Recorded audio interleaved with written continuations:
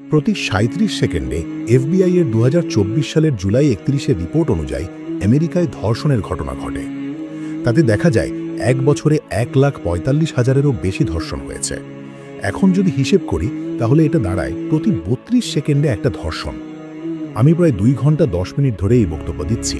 এই সময় যুক্তরাষ্ট্রে কমপক্ষে ১২০টা ধর্ষণ হয়ে গেছে। ভাবুন তো, ইসলামী শরিয়াতে যদি কেউ কোনো নারীর ওপর জবরদস্তি করে, ধর্ষণ করে, তাহলে তার শাস্তি মৃত্যুদণ্ড। হ্যাঁ, মৃত্যুদণ্ড। ইসলামী সমাজ ব্যবস্থায় নারীর হিজাব বাধ্যতামূলক। পুরুষদের আদেশ দেওয়া হয়েছে তারা যেন নারীদের দিকে তাকালে দৃষ্টি নিচে নামিয়ে ফেলে। নারীরা হিজাব পরবে। তারপরও যদি কেউ জেনে শুনে জোর করে নারীর সঙ্গে এমন কিছু করে, তাহলে শাস্তি মৃত্যুদণ্ড। অনেকেই বলবে, এই যুগে, এত টেকনোলজির যুগে এমন কঠিন শাস্তি, ইসলাম তো বর্বর। আমি তাদের একটা প্রশ্ন করি, ধরে নিন কেউ আপনার মাকে ধর্ষণ করেছে। সেই ধর্ষণকারীকে আপনার সামনে নিয়ে আসা হয়েছে। আপনি তাকে কি শাস্তি দিবেন? বিশ্বাস করুন, ১০০% মানুষ বলে আমরা তাকে মৃত্যুদণ্ড দেব। কেউ কেউ তো বলে আমরা তাকে কষ্ট দিয়ে মেরে ফেলব।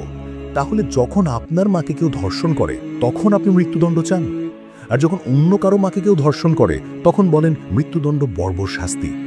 এত দ্বিমুখিতা কেন?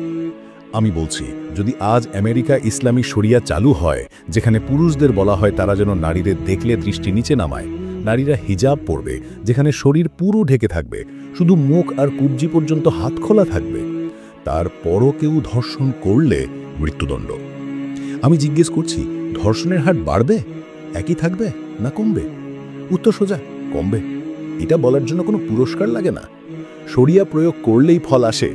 এজন্যেই ইসলাম হিজাব দিয়ে নারীকে মর্যাদা দেয়।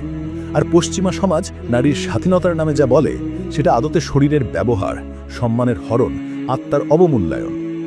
পশ্চিমা দুনিয়া যখন নারীর অধিকার আর স্বাধীনতার কথা বলে, তখন আসলে তারা নারীদের কানকিউবাইন বা রক্ষিতা, উপপত্নী বা সোসাইটির রঙিন পুতুলে পরিণত করে, যারা শুধু ভোগের উপকরণ, যৌনতার বাজারে বিকৃত পণ্য।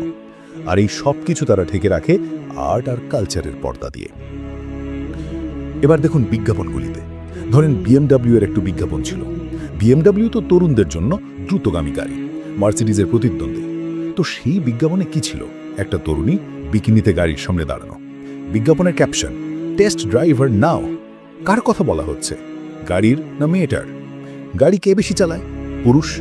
তাহলে এই বিজ্ঞাপনে তারা আসলে কি করছে? আমাদের কন্যাদের, মেয়েদের, মায়েদের সবাইকে পণ্যে পরিণত করছে। আরও দেখুন মোটরসাইকেলের বিজ্ঞাপন। কতজন নারী মোটরসাইকেল চালায়? বেশিরভাগ পুরুষ। তাহলে মোটরসাইকেলের বিজ্ঞাপনে নারী কেন? শুধু আকর্ষণের জন্য? নারীর অধিকারের নামে তারা আমাদের মেয়েদের, মায়েদের, স্ত্রীদের বেজে দিচ্ছে। তাই এই পশ্চিমা সংস্কৃতির ঢোকা থেকে সাবধান হন। ইসলাম নারীকে রক্ষা করে, নারীকে সম্মান দেয় এবং তার মর্যাদা বজায় রাখার প্রকৃত পথ দেখায়।